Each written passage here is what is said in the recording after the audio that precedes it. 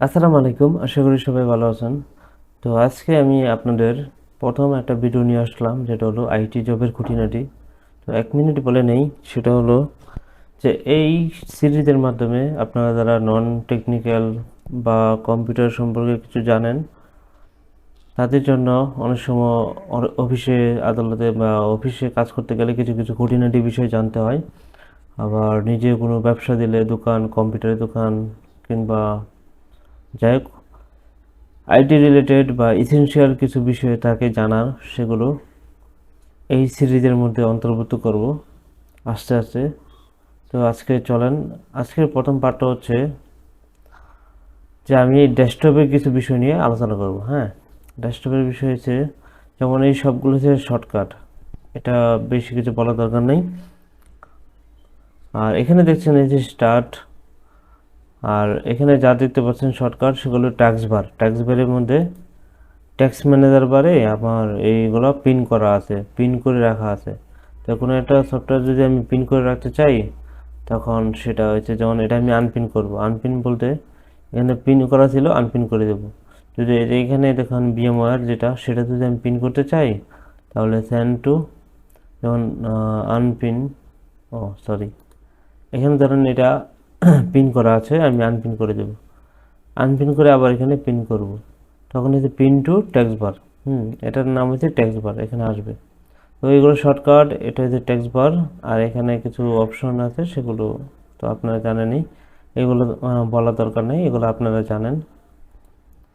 তো এখন হচ্ছে রাইট বাটন, মাউসের রাইট বাটন চাপ দিয়ে আমি আর একটা জিনিস বলতে নেই, যে কোনো বিষয়ে মাউস রাইট বাটন মানে ডান পাশের বাটন রয়েছে অলওয়েজ অপশন দেখাবে, আর লেফট বাটন অলওয়েজ আপনার ওকের মতো কাজ করবে। ওকে বাটন যেভাবে কাজ করে ঠিক সেভাবে কাজ করবে, মানে আপনি ক্লিক করবেন, রিফ্রেশ দিলাম, এটা ওকের মতো কাজ করছে। আর রাইট বাটন চাপ দিলাম, আপনার হচ্ছে অপশন দেখাবে সব জায়গায়। তো এই দুটো বিষয় বলার কারণ হচ্ছে মাউসে অনেক সময় অপারেটিং যারা নতুন তাদের একটু অসুবিধা হয়, এই জন্য। তাই রাইট বাটন দিয়ে অবশ্যই সবসময় মনে রাখবেন অপশন দেবে যে কোনো বিষয়ে হেল্প। আর লেফট বাটন দিয়ে আপনার কী করবে, ওকে মতো কাজ করবে।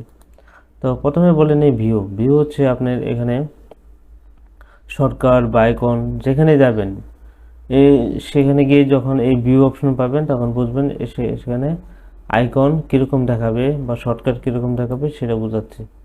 শর্টকাট এখানে আমার বড় দেখা যাচ্ছে, ভিউ শর্টকাট দিলাম, আমার মিডিয়াম দিলাম, মিডিয়াম দিলে সেটা, আর স্মল দিলে আরও ছোটো হবে। হ্যাঁ, আমি মিডিয়ামই রাখবো।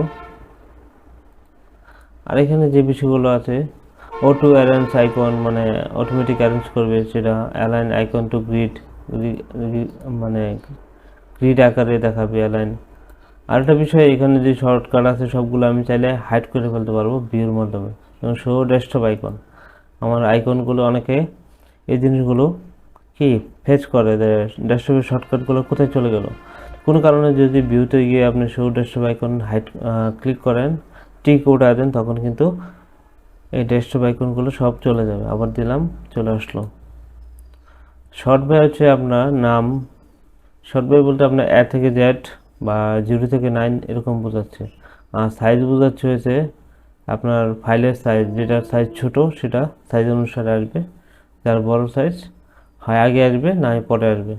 আইটেম টাইপ, আইটেম বলছে আপনার বোঝাইছে যে আইটেমগুলোর টাইপ, এটা এক ধরনের শর্টিং। ডেট মডিফাই বলছে যে ডেটটা আপনি লেটেস্ট ডেট চাচ্ছেন আগে, নাকি মানে লাস্টের ডেট আগে যাচ্ছেন, এরকম। ডেট মডিফাই বলতে যে ডেটটা, যে শর্টকাট বা যে ফাইলটা আপনার লাস্টে মডিফাই করা হয়েছে সেটা, তাই আপনার ডেট মডিফাই। আবার যখন ডেট দেবেন, একবার হচ্ছে লাস্ট, আবার কি ফার্স্ট, তা প্রথমে যেটা সেটা, আবার কি লাস্ট থেকে যেটা সেটা।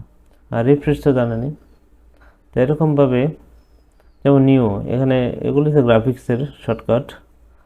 আর এখানে হচ্ছে নিউ, নিউতে গিয়ে আপনি ফোল্ডার শর্টকাট বিভিন্ন ধরনের বিষয় তৈরি করতে পারবেন নিউতে গিয়ে, যেমন টেক্সট ডকুমেন্ট আমরা তৈরি করি নোটপ্যাডে।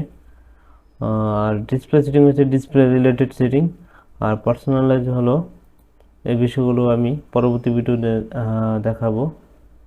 এখানে যে এই দুটো বিষয় আছে, এখানে আমরা জানি এটা লাস্ট আজকের এই ভিডিওতে নোটপ্যাড দিয়ে আমরা অনেক সময় কি অনেক কিছু টাইপ করে নোট করে রাখি।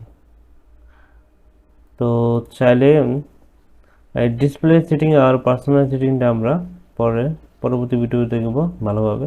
যদি আপনার এরকম খুঁটিনাটি আরও অনেক বিষয়গুলো আসবে, এই বিষয়গুলো জানতে চান চ্যানেলটিতে সাবস্ক্রাইব করে রাখুন। ধন্যবাদ।